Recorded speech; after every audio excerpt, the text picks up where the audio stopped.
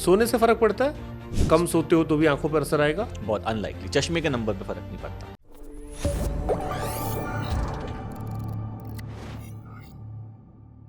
सोने से फर्क पड़ता है?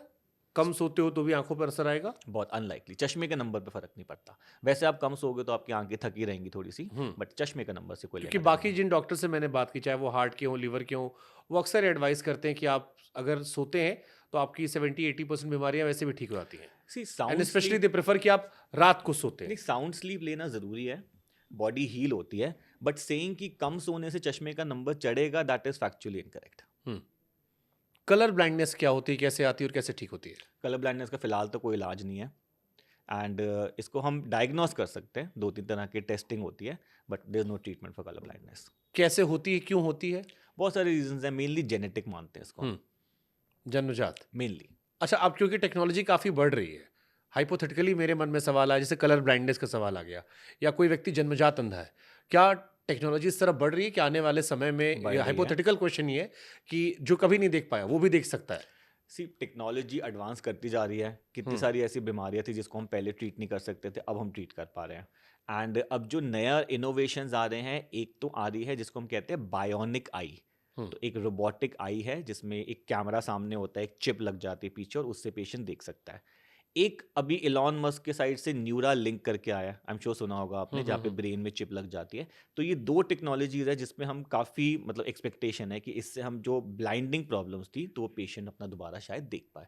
बट अगेन ये सारी टेक्नोलॉजी रिसर्च फेज में है, कब इन पे ट्रायल्स होंगे और कब कमर्शियली अवेलेबल होगी वी रियली डोंट नो। तो अभी 6-8 साल में तो ऐसी कोई रेवोल्यूशनरी चीज़ नहीं आने वाली। ठीक है, हम और आप दिल्ली एनसीआर में बैठे हैं। देश में अधिकतर बड़े शहरों में लोग चश्मे की प्रॉब्लम से परेशान होते हैं, जैसा कि आपने बताया। उसमें आपने रीज़न भी दिया कि एनवायरनमेंट बहुत मैटर करता है। अब वो आदमी जिसे चश्मा लगा है मेरे जैसा, या वो आदमी जिसे चश्मा नहीं लगा है लेकिन उसे रहना आप दिल्ली एनसीआर में, छोटे शहर से आ गया, वो अपनी आंखों को सुरक्षित रखने के लिए क्या करे? क्योंकि उसे ऑफिस जाना है, घर लौटना है, रास्ते में पॉल्यूशन होगा, गाड़ियां बहुत सारी चल रही हैं, दिल्ली में फॉग तो हम देखते हैं, क्या अभी आने दीजिए दिवाली, क्या माहौल बनेगा? नहीं देखिए, again I want to reiterate कि ऐसा कोई मेजर ध्यान नहीं रखना, बट अगर पोल्यूशन से आपको लगता है कि आपकी आंखें सेंसिटिव है तो आप एक प्रोटेक्शन वाला चश्मा तो ऑफ कोर्स पहन सकते हैं। तो जितना मिनिमल कॉन्टैक्ट होगा पोल्यूशन से उतनी आंखें प्रोटेक्टेड रहेंगी।